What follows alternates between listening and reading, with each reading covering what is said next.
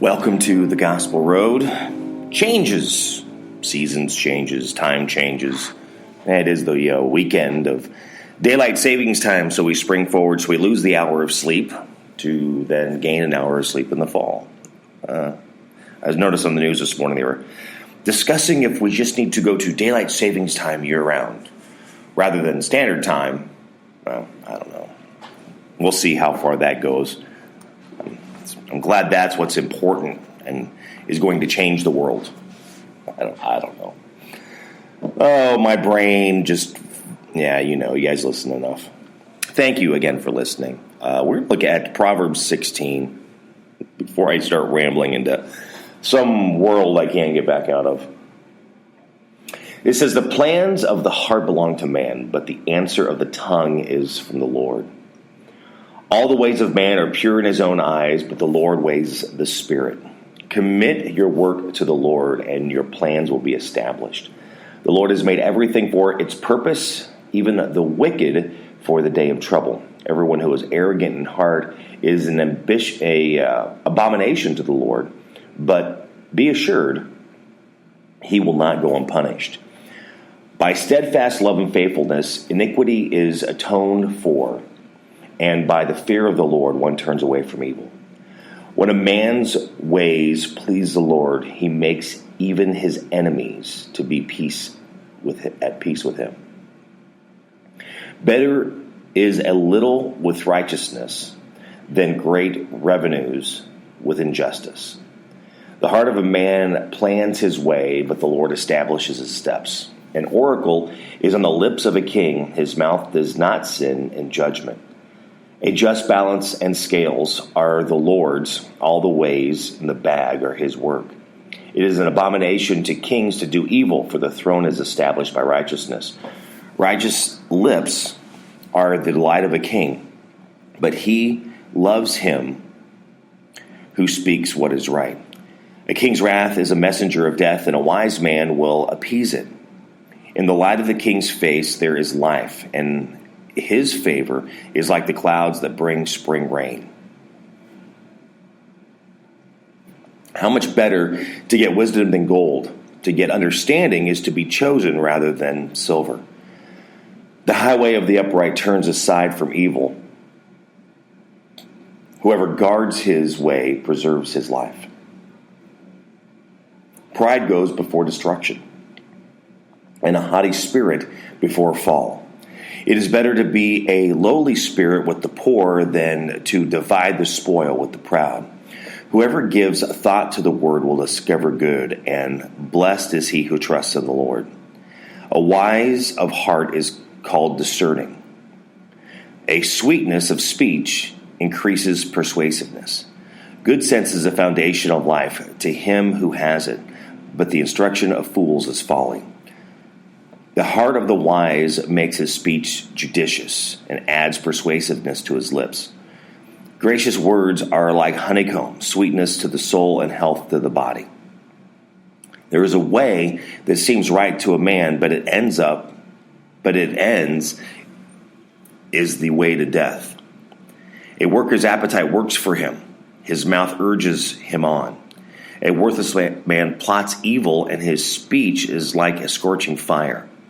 A dishonest man spreads strife, and a whisperer separates close friends.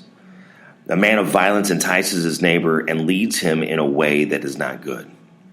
Whoever winks his eyes plans dishonest things. He who pursues his lips brings evil to pass. Gray hair is a crown of glory. It is gained in a righteous life. Whoever is slow to anger is better than the mighty, and he who rules his spirit than he who takes a city. The lot is cast into the lap, but its every decision is from the Lord. Proverbs 16. Again, like I said, you could take each one of those and really break it down into something.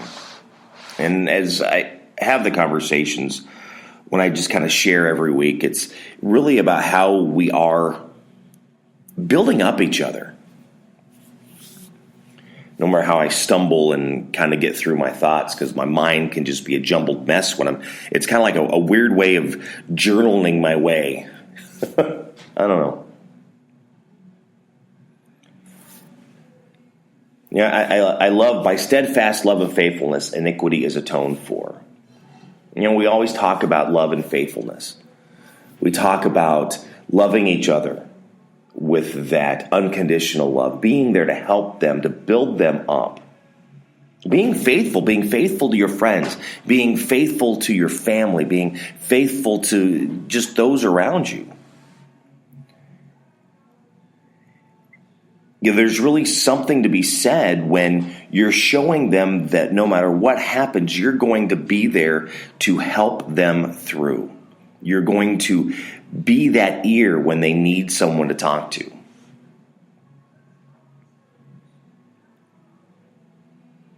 Having that slow to speak mouth to just listen. Again, I always remember what is said, how God gave us 2 ears and 1 mouth. That means we need to listen more and speak less. To really understand what's happening, to really know what's going on around us, to really listen to those that are needing help. Again, being a manager, not thinking you know everything. Being that supervisor, talking to that coworker that needs something, and you're trying to have that conversation, but not letting them finish to go, this is where I'm having my issue. You're basically answering it and saying, no, I know you know exactly what it is. I'm not saying I do not fail daily at many of the things that I talk about. And that's kind of like where I share this. It's just sharing what I deal with on a regular basis and how I'm trying to better myself and really trying to lift up those around me and then helping myself be better so I can help them. We always hear the whole thing of, love your enemies. And there are ways that even your enemies can listen. Even though they don't like you. I mean, it says here, when a man's ways please the Lord, he makes even his enemies be at peace with him. We don't always have to be at war with everyone. Just because someone disagrees with me does not mean I have to be ready to take them down and knock them down. Sometimes I think we can create an enemy in someone who's not really an enemy. We're just not willing to slow down and listen. We're not willing to understand who they are or where they come from. Again, we're all different. We're all individuals. And it's about building up one another and helping others be the best that they can be. And everyone makes their choice. I cannot make a choice for anyone else. Even when you're at work, when you have with kids and they're making their decisions to move forward, I cannot make the decision for them. And I know so many parents that I've talked to that we'd love to make the choice for our kids because we know better. And it really does not matter if I know better or not. They have to figure that out. I had to figure it out. I'm sure if you sit and remember, you had to figure it out. I'm here as an ear, a help, a guide, just to help through. Kind of like God walking us through, being our guide, listening to those when we need something and when we are looking for help to make those steps, to make our way through. I really see the application when you read through and read through the stories and read through the Bible, which is why I kind of share this. It's being able to apply that in life every day and what we're trying to do and how God treats me, how God loves me, and how God thinks about me. And I need to take that same mindset. Remember, growing up in church, they always talked being Christ-like. Take that and then apply it to those around me to help them.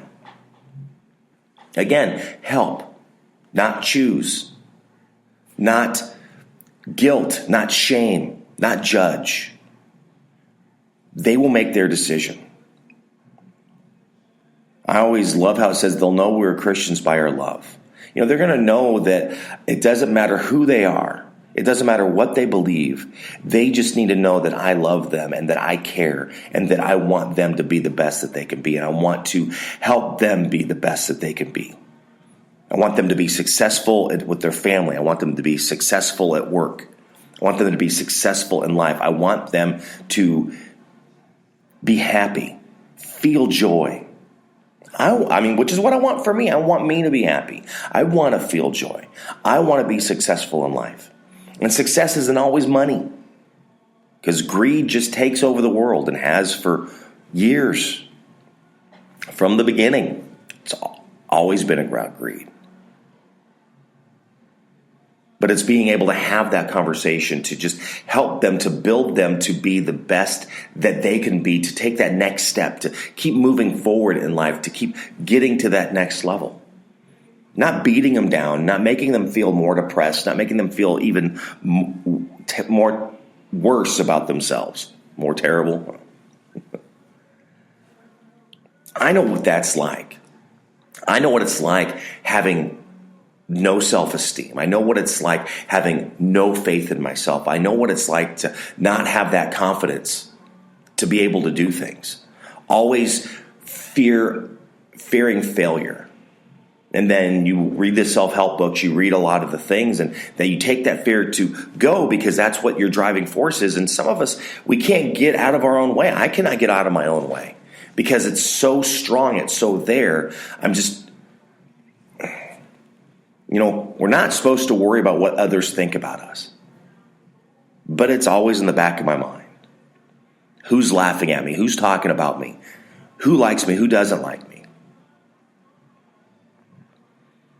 I talk to friends, and when I share that with them, they go, "No, you have this." And they just see me just boiling over with confidence and doing all these things. And I just look at them, I go, "You don't know what's on the inside." That's why when you meet some people and when you meet them where they are at a coffee shop or at work, you do not know where they are, what they're doing, how they feel. You're not sure what the inside is like. You do not know what they're going through. So you need to do your best to just build them up, to encourage them, to love them. And there's going to be those that no matter what you do, they're not going to listen because they want to be that ho-hum drum crabby person.